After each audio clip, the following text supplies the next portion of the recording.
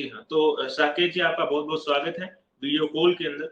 तो जैसा कि मैं अभी स्टूडेंट के साथ में इंटरैक्ट कर रहा था और मैं स्टूडेंट के साथ में आपका एक्सपीरियंस यहाँ पर शेयर करवाना चाहता हूँ कि स्टूडेंट को पता लगे कि आपने किस तरीके से तैयारी की और किस तरीके से आपने जेआरएफ को अचीव कर लिया और जनरल कैटेगरी के ईडब्ल्यूएस हिस्से का पार्ट रहते हुए आपने जेआरएफ क्लियर किया, पेपर 2 आपका कॉमर्स है। तो आप स्टूडेंट्स को यहाँ पर गाइड करें अपने शब्दों में। जी। आवाज आपने आई गेस माइक ऑफ कर रखा है साकिब।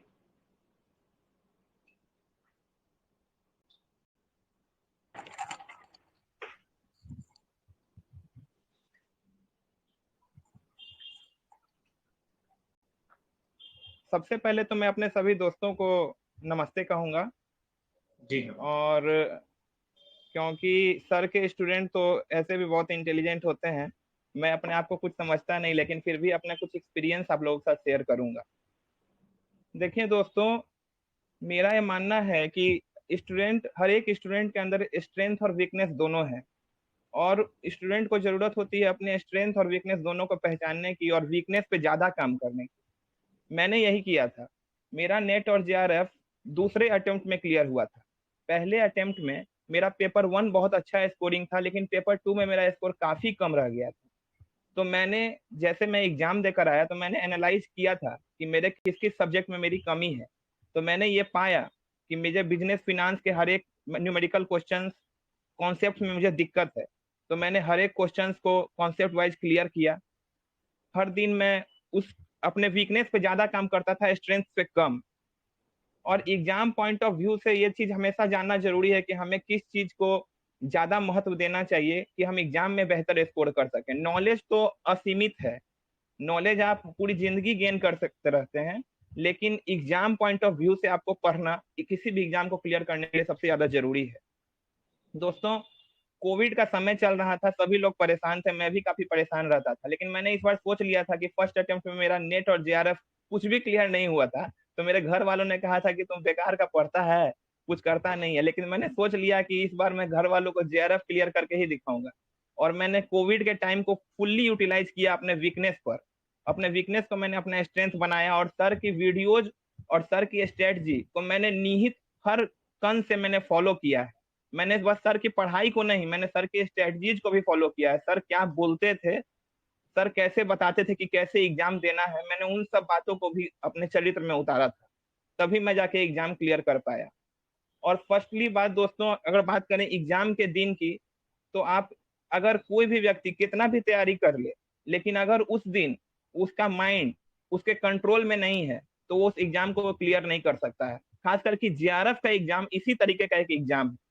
वहां पे हर एक क्वेश्चन 1 से लेकर 150 तक जितने भी क्वेश्चन होते हैं, सब लॉजिक बेस्ड होते हैं, और लॉजिकली ही उसका आंसर देना होता है। अगर आप अपने माइंड में बस ये सोचते रहेंगे कि अरे मुझे तो इस बार क्लियर करना ही है, ये तो मेरी आखिरी मौका है, मैं क्लियर नहीं कर पाया तो लोग क्या कहेंगे, जगह तरह तरीके के टेंशन लोग लेके एग्जाम में जाते हैं।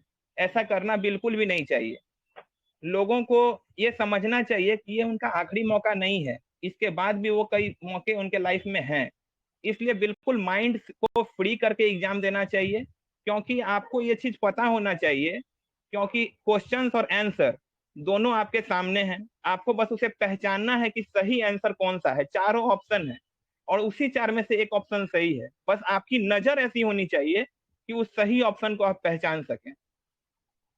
मेरा दोस्तों, मैं जब तैयारी करता था तो मैं सर की वीडियोज को हर दिन फॉलो करता था। पर डे मैं उसे 2 बार जरूर देखता था, और उनके जो न्यूमेरिकल्स होते थे, मैं एज इट इज जो सर पढ़ाते थे उसी चीज को मैं कॉपी पर उतारता था, और हर एक चीज को मैं रिपीट करता था कि सर क्या समझाना चाहते हैं। और मैंने अपने कॉन्सेप्ट पे वर्क किया, और मैं ये जान चुका हूँ कि नेट का एग्जाम या जेआरएफ का एग्जाम बहुत ज्यादा बस नॉलेज इकट्ठा करने से नहीं, कॉन्सेप्ट क्लियर करने से क्लियर होने वाला एग्जाम। मैंने कॉन्सेप्ट पे काफी वर्क किया है दोस्तों, और खास करके मैंने प्रीवियस ईयर क्वेश्चंस को भी काफी कॉन्सेप्ट क्लियर करने में उनकी हेल्प ली। जो भी टॉपिक था मैंने उसको गूगल पे सर्च करके उनके बारे में जानने के लिए बहुत ज्यादा मैं क्यूरियस रहा था। मैंने उनके बारे में हमेशा जानने की कोशिश की। मैंने एग्जाम पॉइंट ऑफ व्यू से सोचना कम कर दिया, मैंने नॉलेज गेनिंग के पॉइंट से जानो सोचना शुरू कर दिया था और मैं एग्जाम में कैसे बेहतर स्कोर कर सकूं उसी फील्ड में मैं काम कर रहा था। तो ऐसे में मैं काम करता चला गया दोस्तों, और मुझे उम्मीद नहीं थी कि जब मैं एग्जाम दूंगा तो मुझे इतना अच्छा स्कोरिंग हो जाएगा, लेकिन जब मैंने एग्जाम दिया तो उसी वक्त मुझे एहसास हो गया कि इस बार का एग्जाम मेरा क्लियर हो जाएगा, और सर के आशीर्वाद से मेरा इस बार जेआरएफ क्लियर हो चुका था। और यहाँ पर साकेत, मैं एक चीज आपसे खास तौर पे जानना चाहूंगा कि आपके समय में भी कोरोना पेंडेमिक ने काफी हल्ला मचाया था और जी 8-10 सर। महीने यहाँ पर लग गए थे, जो कि 6 महीने में जी हो जाना चाहिए था, 8-10 महीने लग गए थे। उस वक्त में साइकोलॉजिकली क्या आपने भी यहाँ पर डिमोटिवेट अपने आप को फील किया था कि इतने समय से हम पढ़ रहे हैं और क्या अब 10 महीने पुराना हमें याद रह पाएगा? इस वक्त में जब एग्जाम सिर पे था और क्वेश्चन आपके गलत होते थे, तो उस वक्त में आपने क्या स्ट्रेटेजी यहाँ पर अपनाई? किस तरीके से आप स्टूडेंट को यहाँ पर गाइड कर सकते हैं? सर, क्वेश्चन तो मेरे काफी सबसे ज्यादा गलत होते थे, मैंने इस चीज को नकारूंगा नहीं सर, मेरे बैच में मेरा से ज्यादा क्वेश्चन किसी का गलत नहीं होता था। लेकिन मैंने कभी अपने आप को डिमोटिवेट नहीं होने दिया सर, मैं अपने आप को कभी कम नहीं समझता था। मैं अपने वीकनेस पे वर्क करता था। जो क्वेश्चन मेरा गलत होता था वो क्यों गलत हुआ उसके लिए मैं उस चीज के बारे में और ज्यादा क्यूरियस होकर पढ़ाई करता था। ये मैं नहीं सोचता था कि मैं सबसे कमजोर हूँ, मैं मेहनत पर यकीन रखता था। और खास करके कोविड पेंडेमिक के टाइम में सर, जब सब लोग अस्त व्यस्त थे, मुझे भी काफी डर लगता था, एक बीच में मेरा कंसंट्रेशन हल्का लूज हुआ था। लेकिन खास करके थैंक्स टू यू सर, कि आपने मुझे हर दिन रात को 9 बजे आपका वो शो होता था, और उस दिन आप हमको मोटिवेट करते थे कि बच्चों आपको पढ़ना है, ये 2 घंटा में कुछ नहीं होगा, आपको सेल्फ स्टडी ही करना है, तभी आप क्लियर कर सकते हैं। सर, आपकी वजह से मेरा मोटिवेशन कभी लूज नहीं हो पाया सर, अगर आप नहीं होते तो मेरा मोटिवेशन लूज हो जाता। और आपने सर मुझे मोटिवेशन को बनाए रखने में काफी मदद की, और मैं हर दिन नियमित रूप से अभ्यास करता रहा सर। मैं कोई बहुत ज्यादा ये नहीं कहूंगा कि मैं 6 से 7 घंटे की पढ़ाई करता था, मैं मुश्किल से 4 से 5 घंटे पढ़ाई करता था, पर डे करता था। और उसी में सर मैंने फोकस्ड होकर आपकी स्ट्रेटजी पे वर्क किया है, और मुझे सफलता मिल गई है सर। हम्म। तो आप अपने लास्ट जो अपने जाते वक्त फेयरवेल के जो वर्ड्स होते हैं स्टूडेंट्स के लिए, क्योंकि अब एग्जाम सिर पर है, तो उस वक्त में आप स्टूडेंट्स को क्या गाइड करना चाहेंगे? क्या स्टूडेंट्स को इस वक्त में करना चाहिए? किस तरीके से वो आगे बढ़ सकते हैं? मैं अपने दोस्तों को यही कहना चाहूंगा कि आप लोग बिल्कुल भी टेंशन लेके एग्जाम मत दीजिएगा।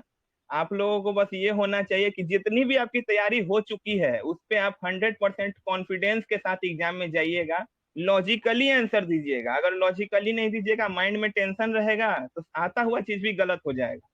सारा क्वेश्चन आपके सामने है, आंसर भी आपके सामने है, बस माइंड को फ्रेश रखना है और अपने दिमाग को कंसंट्रेट करके क्वेश्चन पे at a point of time आपको आंसर को सिलेक्शन करना है। और आपको मैं ऑल द बेस्ट कहूंगा, अपने हृदय से आपको धन्यवाद दूंगा कि आप लोग सर आप लोग ऐसे ही सर का नाम रोशन करिए, इस बार आप लोग सबका सफलता को छुइए, आप लोग यही कामना करते हैं बस। जी हाँ साकेत, आपका बहुत बहुत धन्यवाद हमारे साथ में जुड़ने के लिए। तो यहाँ पर स्टूडेंट, जैसा कि आप लोगों ने सुना, साकेत जी ने सबसे इम्पोर्टेंट बात आप सभी के साथ में शेयर की है कि कॉन्फिडेंस जो है वो सबसे इम्पोर्टेंट किसी भी एग्जाम को क्लियर करने के लिए रहता है।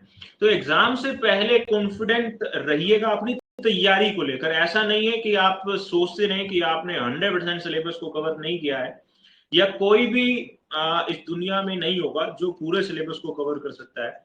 कोई भी इस देश में नहीं होगा जो पूरे सिलेबस को कवर कर सकता है। किसी के अंदर भी ऐसी स्ट्रेंथ नहीं है जो नेट के एग्जाम के सिलेबस को कवर कर ले। तो उसके लिए स्ट्रेटेजी चाहिए, और वो स्ट्रेटेजी पे आप ऑलरेडी वर्क कर रहे हो। तो अपने अंदर कॉन्फिडेंस रखिएगा कि मैंने तैयारी अच्छी कर रखी है और मेरा एग्जाम अच्छा होगा। ये कॉन्फिडेंस ही है जो आपको सीट पर अच्छे से बिठाए रखेगा एग्जाम देने के लिए।